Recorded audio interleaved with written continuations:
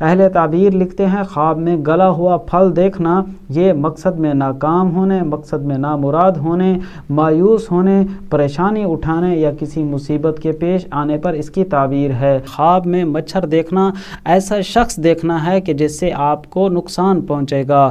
خواب میں اگر کوئی شخص دیکھے کہ اس کو مچھر کاٹ رہا ہے یا مچھر کاٹ رہے ہیں تو یہ لوگوں کے طعن و تشنیع کا شکار ہونے اور اپنے دشمن سے یا اپنے حاسدین سے مغلوب ہو جانے پر اس کی تعبیر ہے۔ کوئی شخص خواب میں دیکھتا ہے کہ وہ مچھروں کو مار دیتا ہے تو یہ اپنے حاسدین، اپنے دشمنوں، اپنے جو ان کے خیر خواہ نہیں ہیں ان پر غلبہ حاصل ہونے پر اس کی تعبیر ہے۔ یعنی مچھر کو مارنا اچھا خواب ہے، مچھر کا شکار ہونا یا صرف مچھر دیکھنا اچھا خواب نہیں ہے۔ یقیناً آپ کے دل کے بھی یہی ارمان ہوں گے کہ وہ گھڑی کب آئے گی جب ہم مدینے کے مسافر اور مدینے کے راہی بنیں گے۔ اللہ سے دعا کرتے ہیں اللہ جلد مجھے آپ کو مدینے کا مسافر بنائیں اور اپنے حبیب کے شہر کی زیارت اور اپنے حبیب کے روضے کی زیارت اور حاضری نصیب فرمائیں۔